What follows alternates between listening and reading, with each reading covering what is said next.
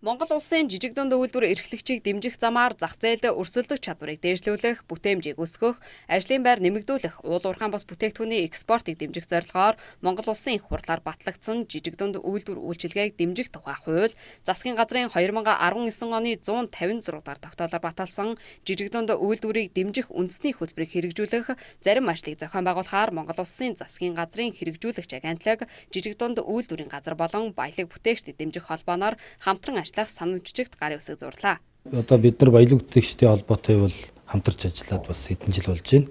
За одоо Монголынхон баялаг бүтээгчид жижиг дунд үйлдвэрлэл эрхлэгчдийн эрх ашигыг хамгаалах, тэднийг дэмжих талаар бол одоо төрийн бас байгууллагын хамтын ажиллагаа бол нэлээд гүнзгий байсан. За хойшид бас одоо энэ чиглэлээ үргэлжлүүлж одоо гадны жижиг дунд үйлдвэрлэл эрхлэгчдийн туршлагыг одоо хүргэх. За мөн одоо жижиг дунд үйлдвэрлэл эрхлэгчдийн талаар төрөөс баримталж байгаа бодлогод одоо төрийн бус байгууллагын дуу хоолойг хүргэх, одоо санааг тусгах гэх мэтчлэн одоо олон ажлуудад бол хамтарч ажиллахаар төлөвлөж байна. За Монголын баялаг бүтээгчдийг дэмжих холбоо жижиг дунд үйлдвэрлэлийн газартай хамтран ажиллах самжилт гаргаж сурлаа. Тэгвэл бол нодлон 10 сарын 1-нд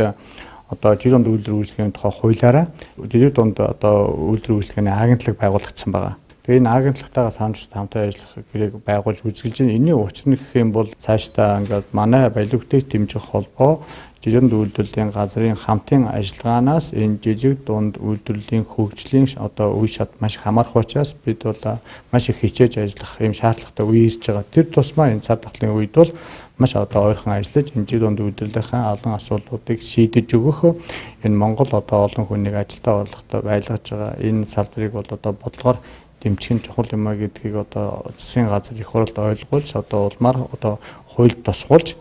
одоо энэ салбарт одоо 3 хувийн онцгой хөнгөлөлтөй зээлүүдийг олгуулах тал дээр илүү төлхөө хамтарч ажиллана гэж бодож байна. Санамж жижиг талууд гарын үсэг зурх үеэр цаашдын хамтын ажиллагааныхаа талаар санал бодлоо хуваалцаж жижиг дунд үйлдвэр эрхлэгчдийг дэмжихэд төрийн байгууллага болоод төрийн бус байгууллагын хамтын ажиллагаа хийгээд уялдаа холбоо нэн шаардлагатай байгааг онцлоод жижиг дунд үйлдвэр эрхлэгчийн бүтээмжийг өсгөх, зах зээлд өрсөлдөх чадварыг дээшлүүлэх, хөрөнгө оруулалт татах, хөнгөлөлттэй зээлийн үр ашгийг нэмэгдүүлэх, экспортыг дэмжих, зах зээлийг тэлэхэд чиглэсэн үйл ажиллагааг зохион байгуулж тодорхой үр дүнд хүрэхийн тулд хамтран ажиллахаа илэрхийллээ.